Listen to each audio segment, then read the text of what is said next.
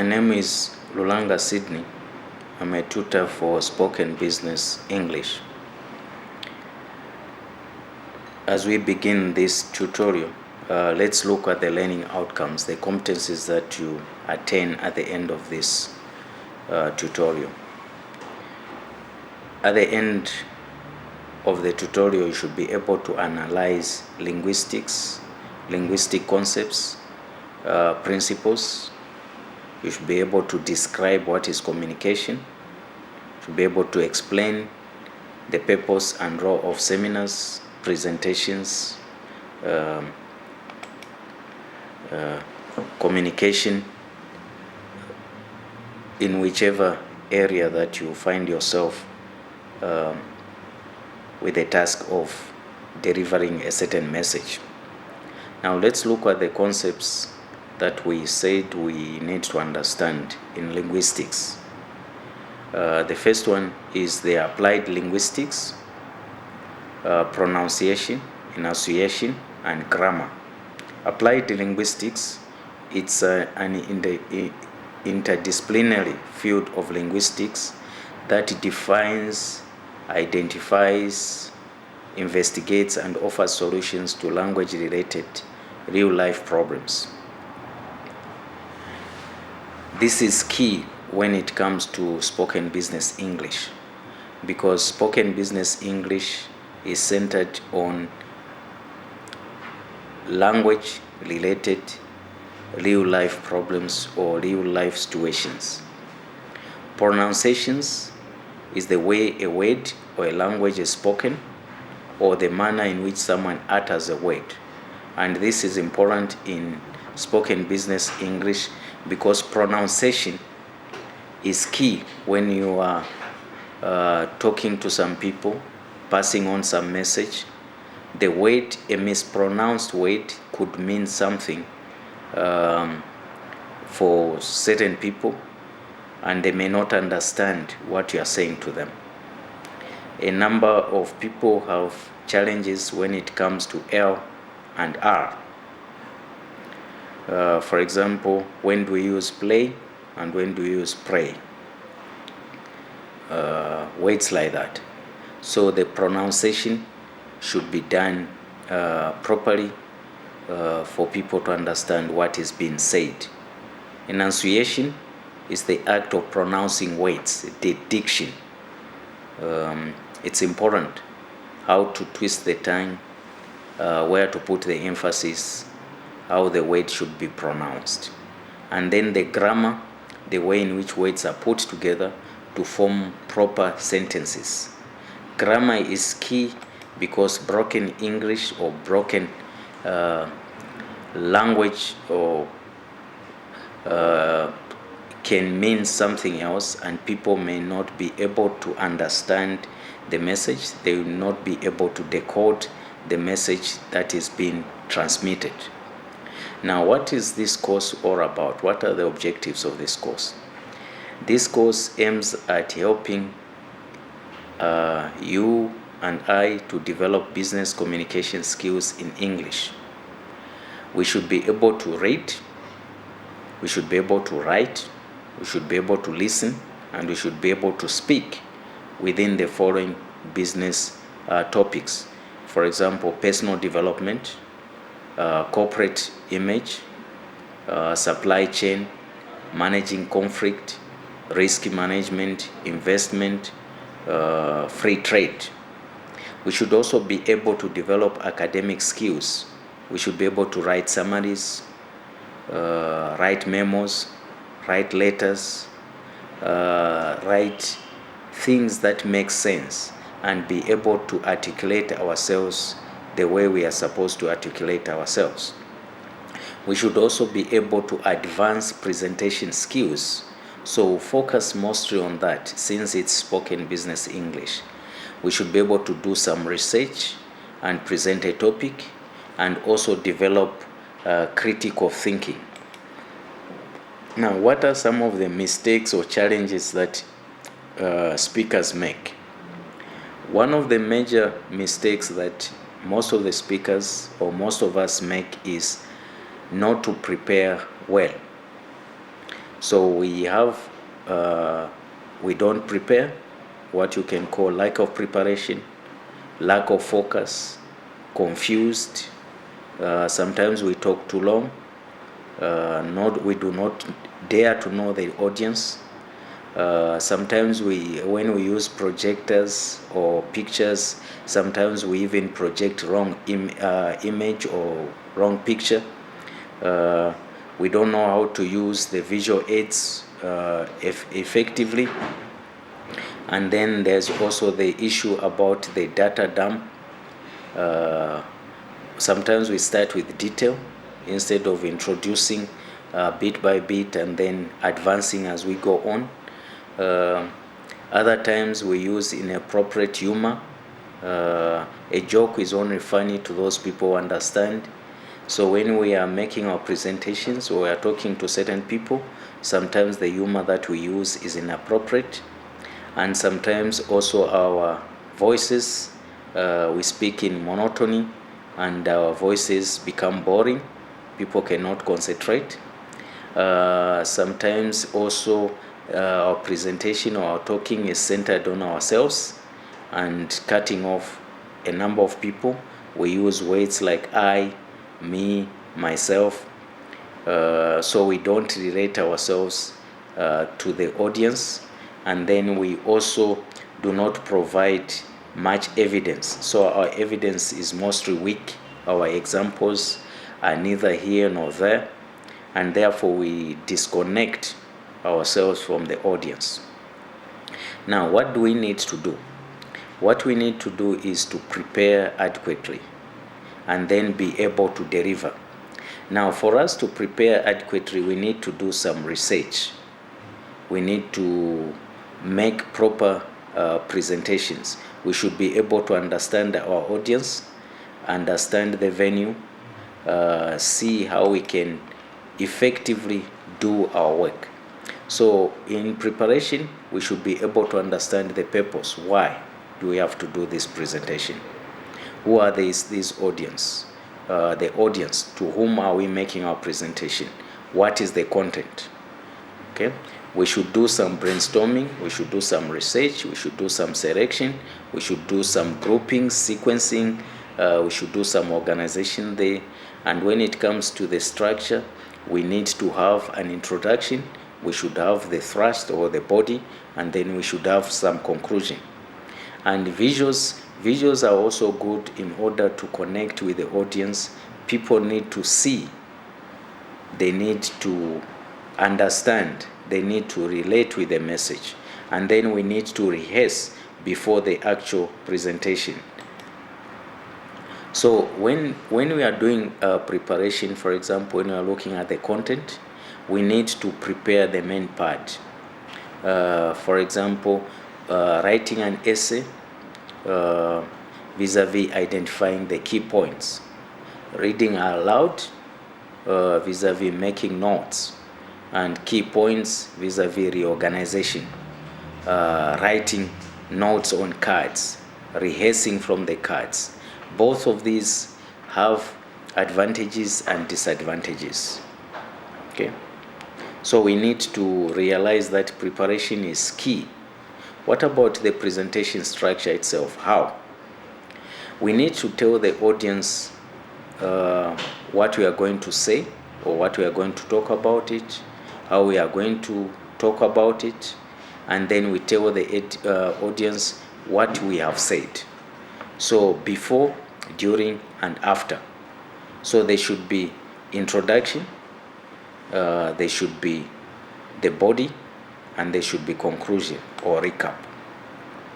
So the structure, we need to introduce, in the introduction, we need to welcome the audience, introduce the subject, outline the structure, give instructions about questions, and then the body, the real presentation, the structure of that presentation, the signaling, the summarizing, and then the conclusion, we recap, we conclude, we end, and then we handle questions. In delivery, we need to look at the enthusiasm. We need to be involved in our presentation. We need to be enthused. We should be having some energy when we are presenting, making some presentation. We should be able to control ourselves, control our presentation, control the audience, and then we should also use the natural language, spoken, signposting, signaling, the language that the audience will be able to understand. And then we need to create a rapport with the audience. We need to connect with the audience. And then we should also have the visual support. And then the body language, the eye contact with the audience, the loudness, the dictum, the pronunciation. We need to be natural. We also need to be relaxed, to have a relaxed behavior, and also polite behavior. We should not belittle our audience, even if they are younger people than ourselves. They could even be our subordinates. We need to show some respect and politeness. Now, there are differences between spoken and written language. Spoken, mostly we use short words, whereby in written language we use longer words. In spoken, we use shorter sentences. In written, we use complex sentences. In spoken, we repeat. In written, there should be coherence. In spoken, we use synonyms. In written, there's what you call condensed language. The problem that could be there in spoken is redundancy, repeating ourselves, be laboring certain points, signaling and signposting. In spoken, that's what we use, and in written we use paragraphs. And each paragraph should have its own topic. Now, signpost, we tell our audience where they are.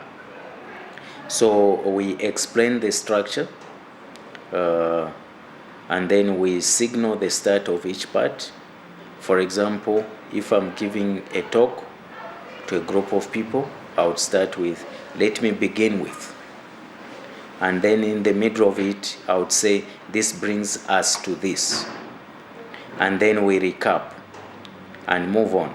Having established the facts that we can move on to, we can also use clear verbal transmission signals between sections, and we can also clarify or rephrase. We can use words like, in other words, let me expand on that, and then we conclude. When it comes to delivery, we talked about enthusiasm. We should show some sign of life in our delivery. We should be motivated. In order to motivate other people, we should be enthusiastic in order to bring people on board. We should also control the delivery. We should use sign language. We should have that rapport with the audience, and then the visual support, and then the body language itself. Now, in creating the rapport, we need certain strategies, certain plans in place to create this rapport. So we can use words like we, us, ourselves, our. When we are asking questions, we can use question tags, for example, aren't we, haven't they. Negative questions, we can use words like isn't it true that, don't we all. Those are some of the ways that we can create rapports with the audience. Now, there are certain barriers to effective communication. We look at physical barriers, for example, language barriers, body language barriers, perceptual barriers, organizational barriers, and cultural barriers. Now, physical barriers are things that we can see, things that we can touch, things that make it very difficult for us to understand the message. Language, using different languages, using coded language, which people, between the receiver and the sender, that the message may not be properly encoded, the message may not be properly decoded. And then the body language barriers, facial expressions, hands in the pockets when you are doing presentations, shaking knees and all kinds of stuff, sweating can be a barrier when presenting. Perceptual barriers, having a certain perception about certain people, having certain biased views, can also block the communication. Organizational barriers, bureaucracy, classes within the organization, and using the wrong communication channels and whatever. Cultural barriers, differences in ethnicity, race, tribe, organizational differences, and the rest can also block communication. So how can we achieve success in communicated speech? We need to reinforce the meaning of the message. We need to have what you call eye contact, tone of the voice, facial expressions, gestures, and posture. Those are key for us to achieve success in communication. Now, effective presentations, for someone to have an effective presentation, you need to control anxiety. Anxiety, for example, if you start sweating, you make sure that you go to the restroom, clean yourself up, refreshing before you do your presentation. If you realize your knees are failing you, try to find ways of motivating yourself, relaxing yourself, behaving natural. You do not fight it, but you slowly adapt and make yourself comfortable. And the presentation should also be audience-centered. It should be focused. The audience should enjoy it. Yourself, you should enjoy it, and you should do it within the time frame. Now, in the presentation style, there are 3 elements. So the first element is the vocal techniques. Loudness, the pitch, the rate, and the pause. We need to work on those. When should the voice be loud? When should the voice be low? When should it be moderate? A pitch voice, when can you use a pitch voice? When can you use a subdued voice? And then the rate, the pause itself. Okay. And then the second one is the body language, the eye contact, the gestures, the posture. It's important to have an eye contact with the audience. But then there are certain cultures, again, that they may not allow an eye contact. It may signify arrogance. So you need to understand the cultures. The gestures, some of the gestures that you make, you have to ensure that they are appropriate, they are acceptable, they make people feel belonging. And then the posture. And then the third element is the use of space, where everyone should see the presenter. And then the movement. The movement itself should not be distractive. Now, how do we use visual aids? Visual aids, they help us to connect with the audience. The audience is able to see. The audience is able to relate. The audience, we are using the correct aid or visual aid. Visual is to see, sight. They help us to enhance understanding for the audience. The audience will be able to understand, they'll be able to relate, It adds a variety. Apart from just seeing you, they can see a picture. It also helps to support certain claims that you may be making in your presentation. And then visual aids, they have been found that they have a lasting impact on the audience. However, if they are used poorly, they can be a distraction. It can result into an ineffective presentation. So effective visual aid examples would be PowerPoint slides like the ones we are having now, an overhead transmitter or transition, and then we can also have graphs or charts. We can have pictures, we can have films, we can have a video, we can have a flip chart, we can have sketches.